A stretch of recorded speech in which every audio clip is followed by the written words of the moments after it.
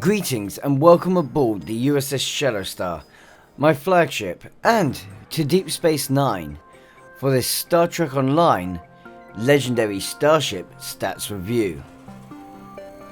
Well, today we're going to be looking at a very interesting ship, I will say, that very much needed the upgrades it got, though she was considered the direct rival in some ways to the ship on the screen right now, my flagship.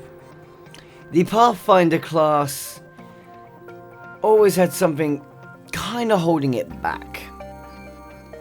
I don't know, I always felt like the Sutherland and the Lunar class, sorry, the Titan class just did something better. However,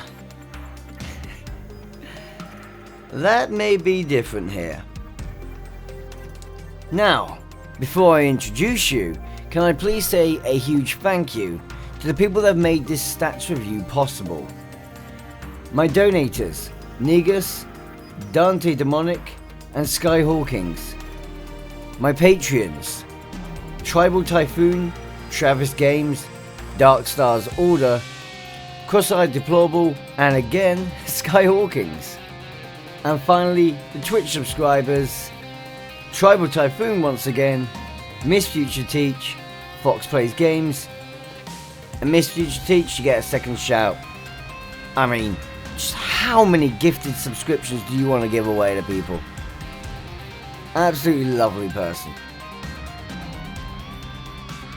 And, on that note, thanks to these guys, allow me to introduce you to the USS Intrepid NCC 1631, apparently be the legendary Intrepid Miracle Worker multi-mission science vessel. Holy moly, Cryptic, that's a mouthful.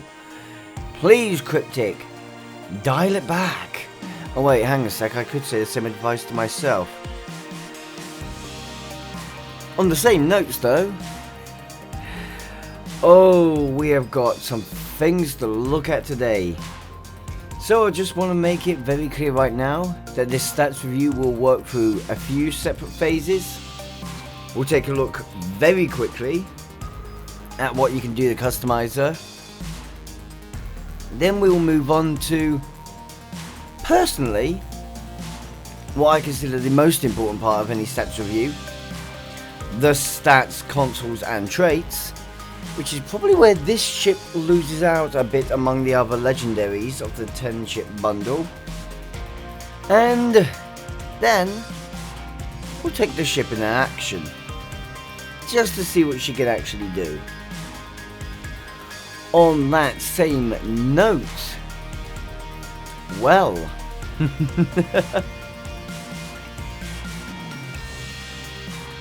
without further ado, and a lot of tacked on pieces, shall we begin? I love how the Bellerophon decided it was going to be the main template straight out the bat. Hello, warship, Voyager. Yeah!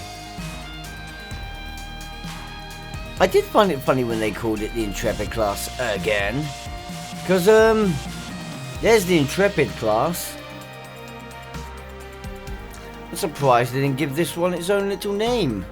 Oh, well, they couldn't call it the Janeway class now, could they? Could have called it the Voyager class. Oh wait, maybe that's already a class actually. Oh well. All the customization thrown in here. There's a lot going on. I mean, goddamn, the visual review is going to be interesting. But you can see why it's called the warship, with all the additional weapon armaments placed onto it. And you get to play with the templates of the Bellerophon, the Cochrane, awkwardly the only one where I really actually like the underside, the Discovery, well that's kind of ironic, the Intrepid, which I don't know why I've always sort of liked but not liked, strange. The Pathfinder, which is in the complete opposite aspect, I absolutely love it. And of course, the Warship, for her template pieces. These can be modified between the hull, the saucer, the pylons, and the nacelles, leading to some very interesting looks, if I'm honest. You also gain access to the Intrepid windows among the types 1 to 4, and for those curious, you have all the primary hull types, including upgrade and veteran should you have the right additions from the Zen store or whatever membership. You also gain the Defiant, the fleet types 1 and 2, the Galaxy, the Intrepid, the NX, the NX refit, the Sovereign, and the Sovereign refit hull. And for those that don't know, technically, that should be that. I mean, when they were coming up with the design, that's what they went for, but hey, who cares? Customization aside, there is a lot of options there. But seriously though, people aren't interested really in that in this video, are they? I know what you want. Now, let's see how many people get the reference on screen right now, or even recognize her. I guess it's both. With my slight kit bashing aside, there is a few things we need to speak of before we go into the main meat of the stats. First of all, there are two ways of acquiring this ship. Either from the standard bundle or the premium bundle. 30,000 Zen or 45,000 Zen. I'm going to be honest with you guys right now, straight out the top, that 45,000 Zen bundle can go F itself. It can go shove itself so far up the darkest black hole, I don't care, it's disgusting, it's very overpriced at full price, no. Just no. However, the 30,000 Zen bundle, well, when that's on sale, and it generally is on sale when it comes out, it starts to be quite a good deal. You see, that 30,000 Zen bundle does only include the 10 ships and a few docks for you.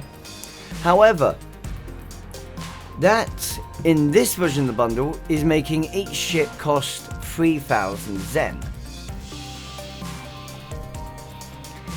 Let me be more specific. There are 10 ships in this bundle, you cannot purchase them separately.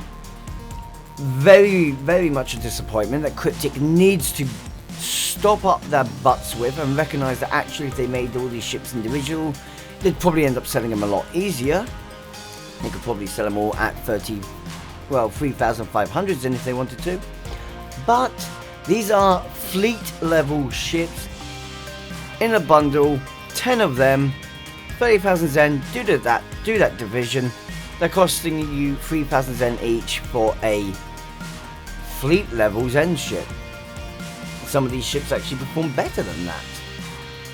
And to a higher note and just give this ship a lot more respect, every ship in the bundle comes with all the previous iterations, consoles and traits to really make this bundle worth it, at least when on sale for the standard. With that being said, the legendary Intrepid Miracle Worker multi-mission science vessel, that is a mouthful to say, is a tier 6 multi-mission science vessel, well no damn, with a level 65 base hull of 56,250. Her hull modifiers and shield modifier are both 1.25. Her turn rate is 11, impulse modifier 0.2, inertia rating 60.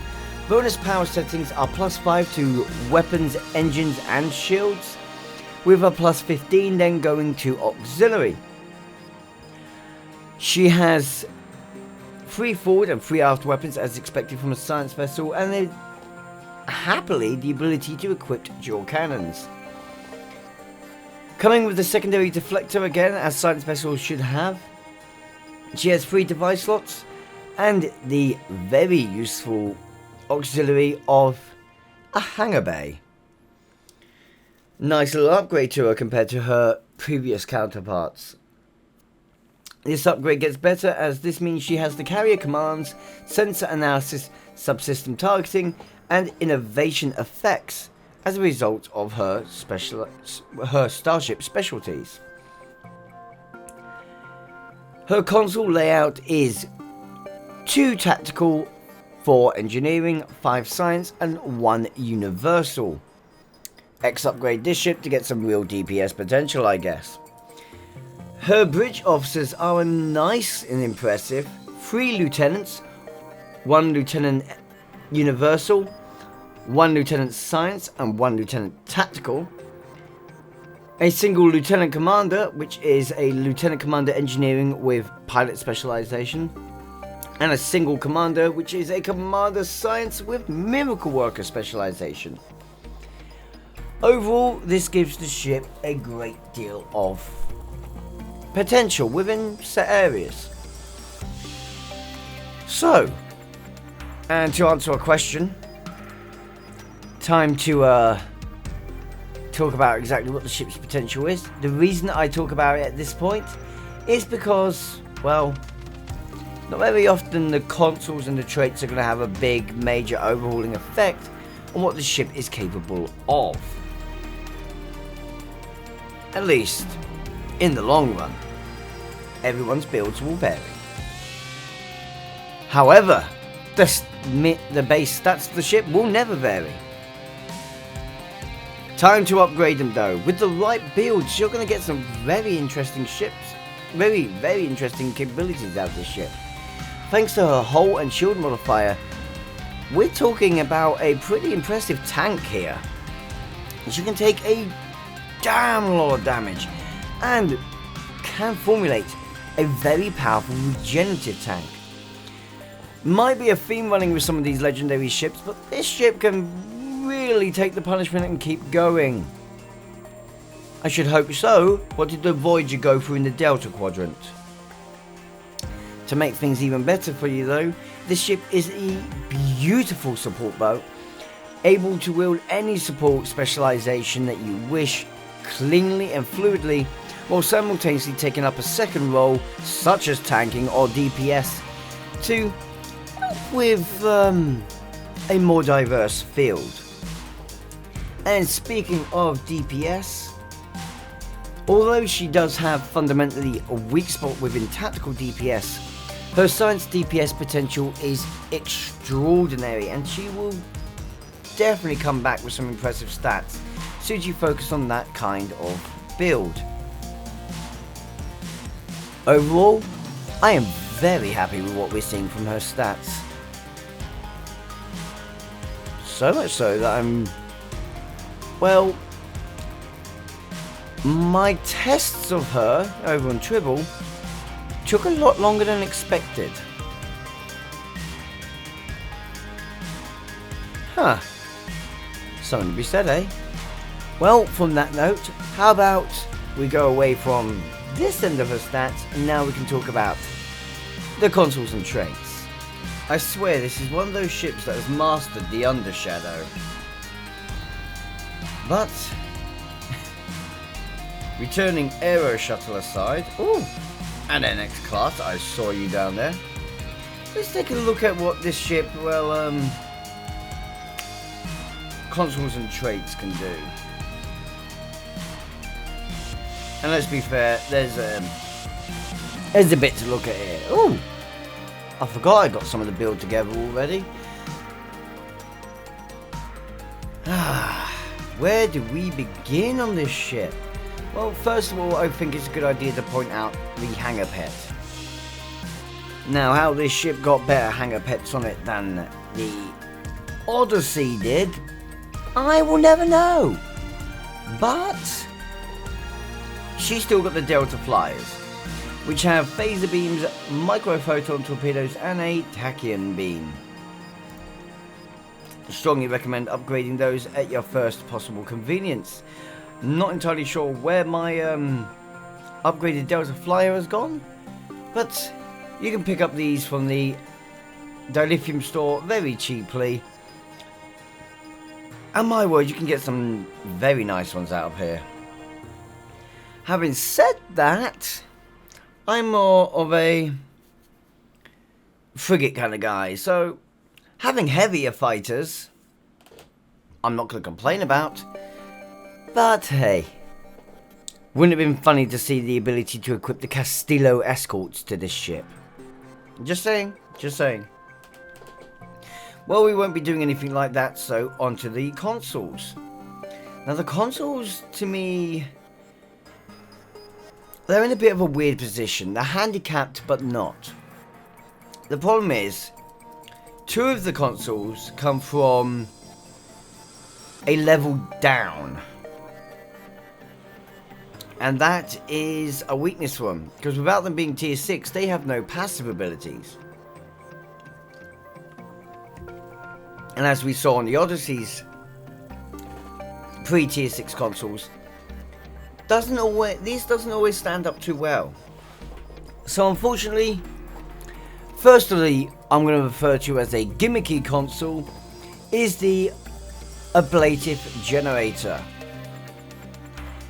This ablative generator will allow you, when activated, to deploy what you saw on screen just now, the ablative armor. After 2 seconds, you get a plus 900 bonus all damage resistance for 15 seconds. Takes your energy weapons offline, however, for 15 seconds. And takes your shields offline for 15 seconds. As bad as this sounds, very bad. It very, very... Oh, okay, so let's long story short this. The ablative armor is going to give you some stellar levels of defense. However, with weapons and shields offline, you're now not able to defend yourself. You are in a state of recovery, most likely. However, you can't really recover because with your shields offline, you're still taking the whole damage. Now, this isn't giving you temporary hit points. This is just take that off the screen a second, giving you additional armor.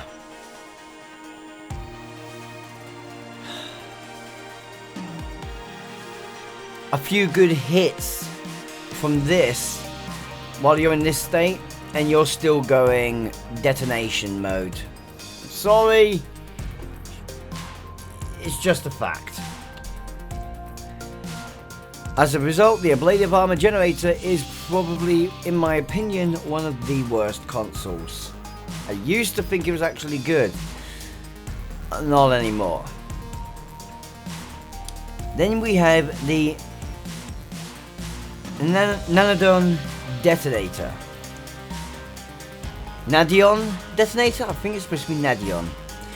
This gives you a photonic shockwave to your torpedo payload, upgrading your attacks with an AoE explosion with repel and disable. Okay. Last time I was using this could be used with high yields. Not entirely sure that's still a thing. I do know it doesn't really work properly with, although it sounds like you would have thought it should, it doesn't really work properly with the torpedo spread. We then also have another side effect of you're taking up a console position for a low tier console to essentially give you photonic shockwave. We can do better than that with literally just torpedo alone. You don't need that on an upgrade to get the effects. And using this Nadion detonator will not improve my dark matter torpedo so that it can affect multiple at once with a high yield dark matter and achieve basically the same effect as a high yield spread. No, it's nothing like that. Frankly, this is another console which, great for the gimmick, looks amazing, but gets a pass from me. First 2 consoles of the set, 4 out of 10. and 3 out of 10. Next console, Aero Shuttle. Oh look, this is the tier 6 console, giving you a maximum shield capacity boost of plus 12.7%. This also gives you the ability to launch the Aero Shuttle.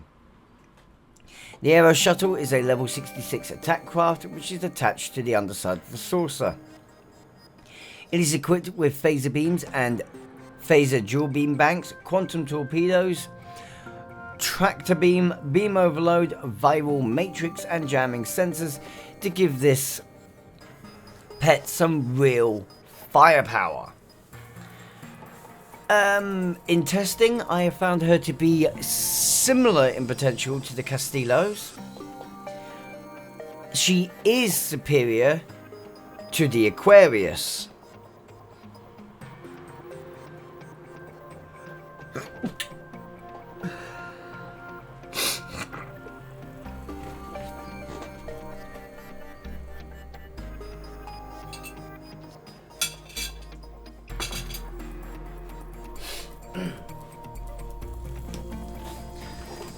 Don't mind me, I had to step away a second there. Whoopsie daisy. No one wants to hear that. Overall, this is probably the only console of the set that I think is worth it. And that's when we come into this problem. So, as part of the set bonuses, we have the 2-piece set, Advanced Field Stabilizer, which will give you plus 15 to your Starship shield restoration and plus 5% to your maximum shield capacity. Okay, do we really want to use one of them just to get that? No, because that's like saying your set 2-piece set bonus is your passive ability for one of the lesser consoles, and it's just not good enough, especially considering you can get better set bonuses these days. You also have your free set bonus of the Aero Shuttle weapon upgrade, which enables photonic shockwave torpedo on the Aero Shuttle. What did I just say about that console? How low did that get for a rating? I mean, I guess it's kind of nice. Would have been nice for that just to be a standard ability of the ship, but okay. This 3-piece set is also not worth it. So this is my response. If I'm brutally honest. And you know what, I will use, to just back this up, I will use the Aero Shuttle when we test the ship. I'm sorry, Legendary Intrepid, but your original 2 consoles really don't live up to modern STO. Traits time. Well, this is somewhat better here, but not as good. What do I mean? Okay. I'm showing on screen, but I still can't believe I have to say this. Unfortunately, the Intrepid kind of got given a bit of lackluster love to it. It would have been nice if she had a couple more traits to unlock at the tier 5 mastery point. And no, just let her unlock the traits of the Vesta line, the tier 6 Vestas. If they just put that onto her as well, we've been much better in the arguments that I've been trying to make for the ship. Unfortunately with the Intrepid, she's one of the ones where in this bundle, although she does have 1 extra trait, when it comes down to the end of all this, well, the Ablative Field Projector trait will give your Starship the shield healing grants temporary hit points. In essence, this trait kinda does the ablative armor console without any of its drawbacks. It will give you 3,000 temporary hit points for 15 seconds. And if I'm going to be completely honest with you guys, there are much better traits, including one that I am presently using, that will do that better. Ablative field projector. This is now why I'm giving the Intrepid such a hard time here. You found it. Ablative field projector, 2 out of 10. However, extensively modified warp core. Oh, no kidding. At full impulse and quantum slipstream performance is improved. Bonus lineage after exiting full impulse. So, your quantum slipstream for basic space travel has been improved. Whatever, there's loads of ways to improve that anyway. You also gain a plus 30 to flight speed during full impulse, a plus 125 to inertia during full impulse, a plus 25 to turn speed during full impulse, and bonus lingering effects after the exiting full impulse for 15 seconds. Meaning, for 15 seconds after you exit full impulse, you still have all those abilities for 15 seconds. This significantly improves your flight speed and your it significantly improves the flight speed and turn rate during quantum slipstream. I'm not gonna lie, I asked some people to show me what that can do, and yeah, that's actually quite true. I was impressed. Too bad it has to take up a trait slot to get that quantum slipstream enhancement, and I like using quantum slipstream. Round up time. Honestly, guys, I know it sounds like I'm being harsh, but I want to be honest with you guys, because this ship is locked into the 10 ship bundle. This ship is the one that has probably come out of it the worst. Of the 3 consoles, one I would say is extremely good, or at least useful to use.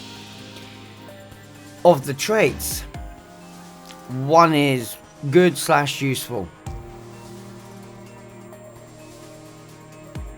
And considering when you normally get a Zen Store ship, you get 1 trait, 1 console, that has upset this ship's balance against the rest of them. Pulling this one out of all the 10 ships, in my personal opinion, at the bottom.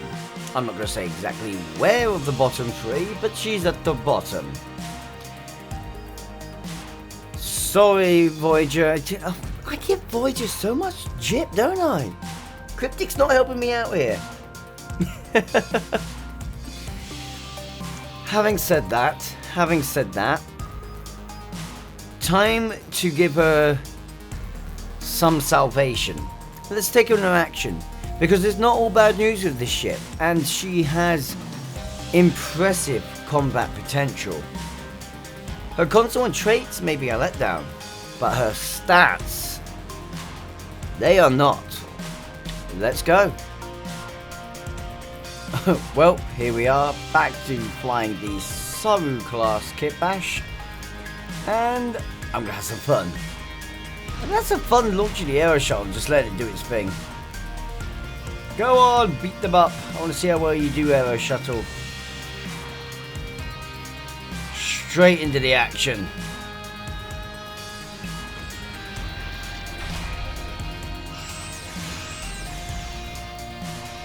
Probably would have been important to give you the focus, and then to see how well it does. Oh, fighting! You come for me? How foolish of you!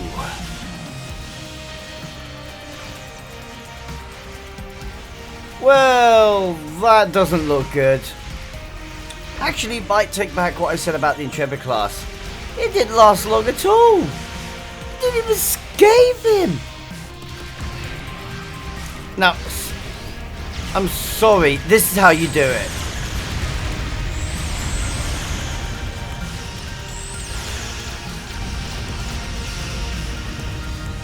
Much better.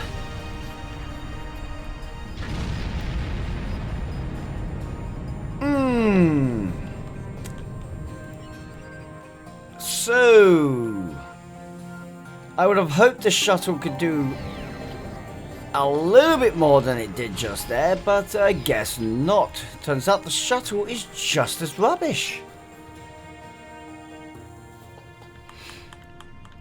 With all that being said, let's go to, let's go kill something else. And actually show what this ship can really do now, since apparently nothing else wants to show itself off. Coming for ye! Oh, poor Jemediah Skull. He doesn't stand a chance. Oh, even the shuttles don't want him to stand a chance.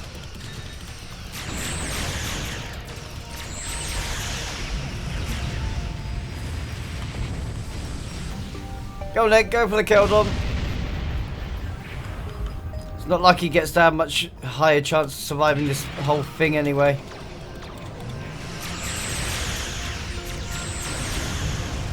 Goodbye, incoming agony field. By the way, if you don't have the agony field generator, get it.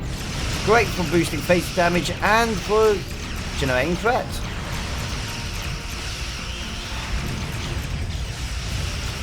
Hello!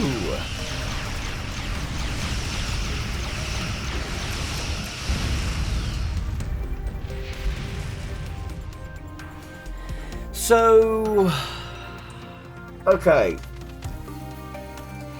I'm going to start off harsh and then I'm going to go nice. First speaking, this ship is absolutely atrocious as far as its consoles and traits go. I know some people like them, I understand this, but I personally think they are, well, worthless, frankly. Especially in modern STO, they're worthless.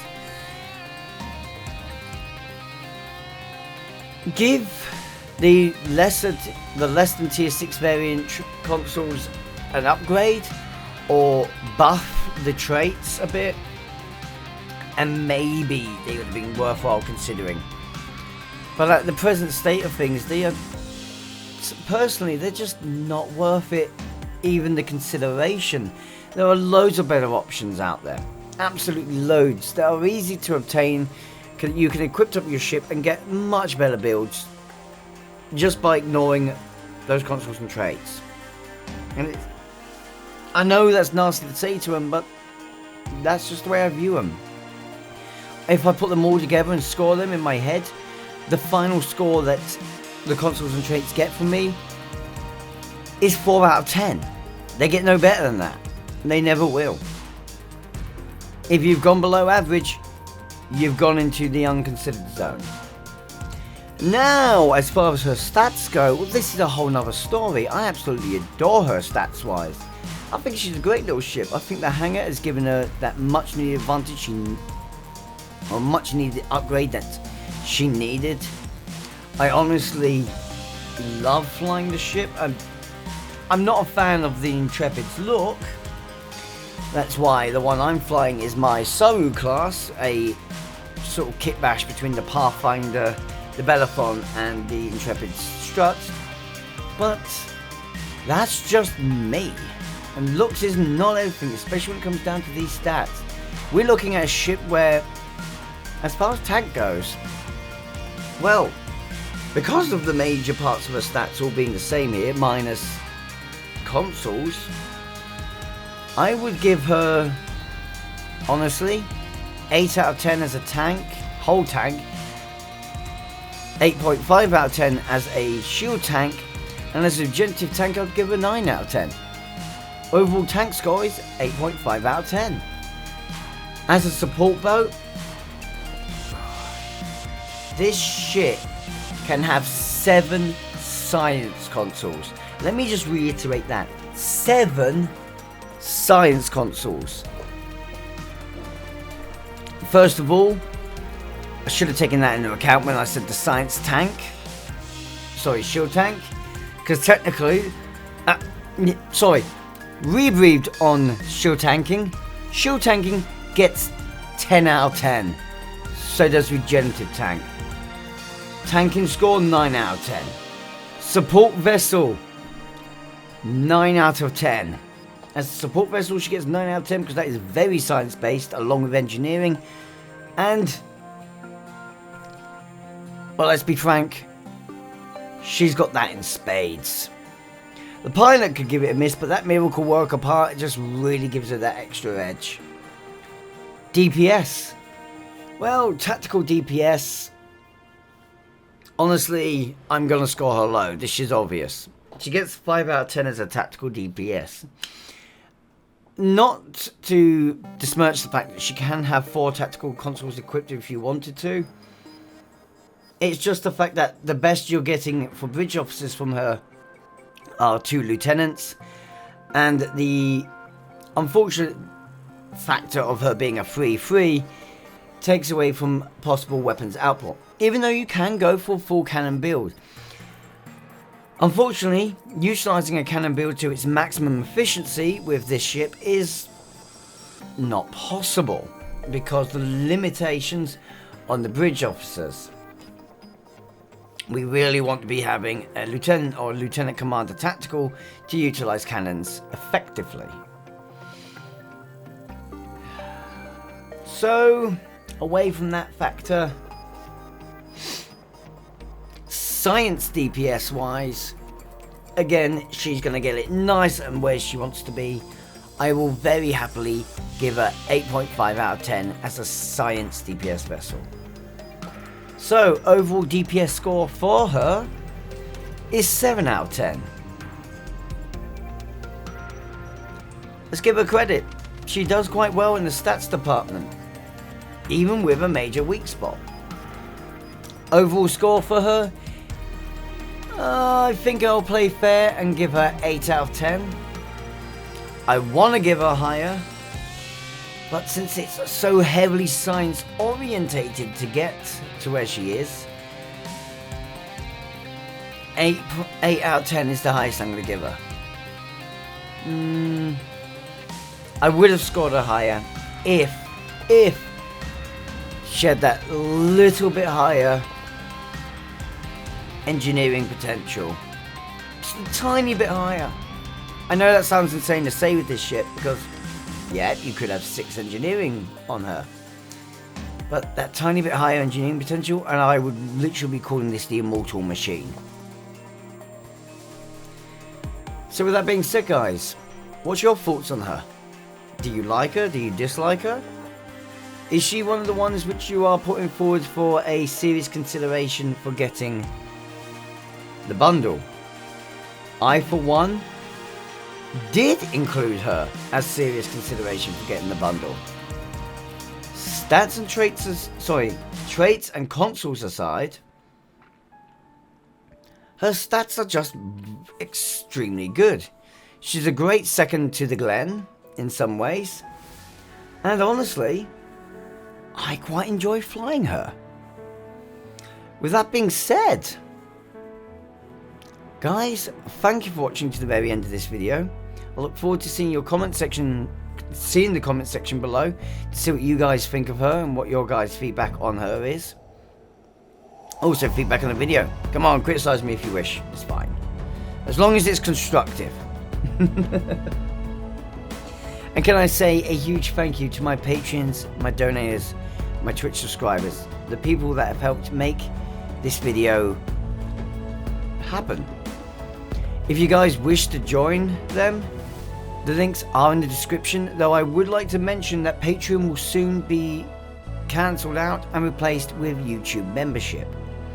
If you do wish to donate, always leave me a message in the supplied comment box, because it lets me know who I'm thanking, why I'm thanking you, or obviously why I'm thanking you, but why you chose to give me a good reason to thank you.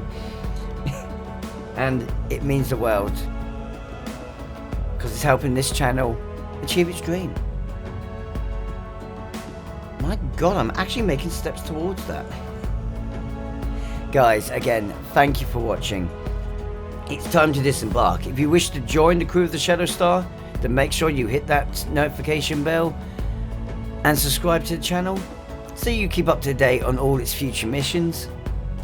While, if you're disembarking, please stay safe and take care. To everyone, remember, that you're capable of anything so long as you set your mind to it and work hard. Believe in yourself, and until next time, live long and prosper, my friends. Ciao for now. Let's go get the coffee.